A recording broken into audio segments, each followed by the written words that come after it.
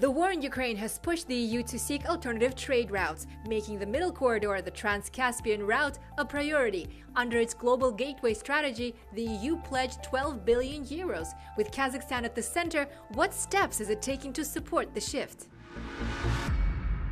Welcome to East-West Connect. We're highlighting business and economic developments in Kazakhstan and the wider Central Asia region, connecting with Europe and beyond.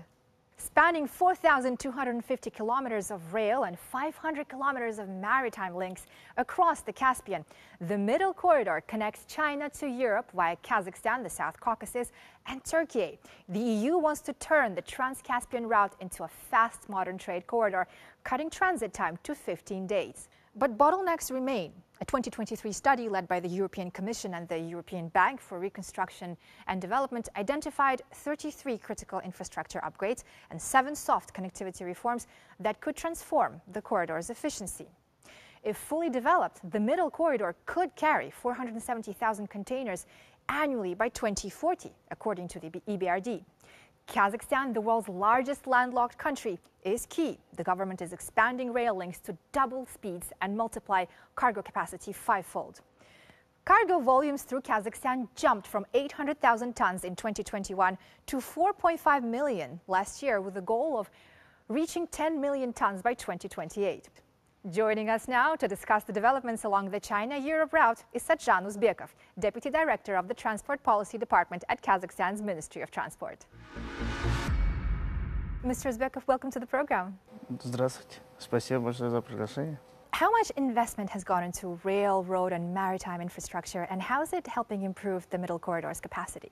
На сегодняшний день ведется работа по модернизации именно портовых мощностей. Это в текущем году, вот буквально 2 недели назад, был введен в эксплуатацию контейнерный хаб совместно с китайскими компаниями по порту Ахтау. Завершено строительство зернового терминала в порту Крок, а также ведется модернизация железнодорожных участков, который идет вдоль среднего коридора. Общая стоимость порядка 4 миллиардов долларов. What specific steps is Kazakhstan taking to address the current bottlenecks? Для исключения узких мест нами ведется работа по модернизации лимитирующих участков и в сфере железной дороги, и автомобильных дорог. Начата проработка проектов именно в сфере железной дороги по модернизации участков. Сумма инвестиций 1 миллион долларов. Для развития автомобильных дорог на сегодняшний день завершается развитие коридора Западная Европа, Западный Китай. Начата проработка новые автомобильные дороги. Сумма инвестиций порядка 1 миллиона долларов. В целом на развитие автомобильных дорог предусмотрено 3 миллиарда долларов. So talk to us about Kazakhstan's throughput capacity via the Caspian Sea. What potential do you see there? Прикаспийские порты у нас, конечно, это в первую очередь Ахтау и Крук. Пропускная способность этих портов составляет 22 миллиона тонн в год. Для развития мощностей в прошлом году завершили дноуглубление акватории порта Крук. В текущем году планируется аналогичные работы в порту Ахтау. Дальше наращиваем флот отечественный. Планируется в ближайшей перспективе 6 сухогруза и 2 парома. Это позволит в целом нарастить объемы транскаспийского международного транспортного маршрута. Mr. Uzbekov, thanks for being with us today. И вам спасибо большое. Kazakhstan and Bulgaria are also aligning strategies, planning to link the ports of Burgas and Varna to the Middle Corridor. Meanwhile, Kazakhstan has opened a new logistics terminal in Georgia's Black Sea port of Poti, a joint project with local and Azerbaijani partners, with a processing capacity of up to 200,000 containers. It's a key connection to the Black Sea. Kazakhstan is also expanding its own port infrastructure. Let's take a closer look. Aktau is now home to the largest container hub on the Caspian Sea. Its capacity could reach 240,000 standard containers per year, helping meet growing cargo demand between Europe and China. The container hub in Aktau will be equipped with more advanced technologies. We'll be using a terminal operating system that will enhance the efficiency of the hub. Latest technologies like RMG crane, the latest ZPMC model that will be more efficient in terms of handling and loading, unloading the cargo coming from China to Caspian Sea. KTZ Express, a subsidiary of Kazakhstan Railways, is leading the project as multimodal operator of the Transcaspian route, providing rail links, port infrastructure, and digital solutions. We have launched the project called Test Customs.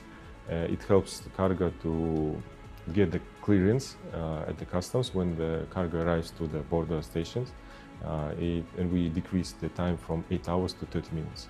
The company now plans to expand further with new terminals in Azerbaijan, Georgia, and Hungary, completing the logistics chain and simplifying access to European markets.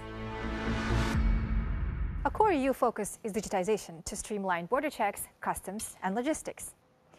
Digital freight documents, tracking systems, and improved data exchange are all in the works. Here to speak to us about the attractiveness for business of the Transcaspian Transport Corridor is Gaidar Abdikirimov, expert consultant on transport corridors at the Asian Development Bank. He's also a fellow of the Chartered Institute of Logistics and Transport. Mr. Abdikirimov, welcome. Great to have you with us. Добрый день, спасибо, что пригласили. At full operational efficiency, how economically attractive could the Transcaspian transport network become? Цифровизация данного маршрута будет улучшать скорость оказания сервиса. К примеру, вот у нас есть Global DTC компания, которая внедрила оформление между китайской и казахстанской границей. Они совместно, это с Казахстан Тимиржол, КТЖ Экспресс, Комитет госдоходов улучшили этот процесс и с 4 часов до 20 минут спустили процесс оформления одного вагона с контейнером. How are you helping simplify the cross-border formalities, and how will that help with the regional coordination across the Central Asian states? Как вы знаете, на транскаспийском международном транспортном маршруте используется несколько транспортных прав. Несколько транспортных прав, когда коррелируются и стыковываются, мы теряем очень много времени. Для гармонизации данного процесса нам нужна цифровизация.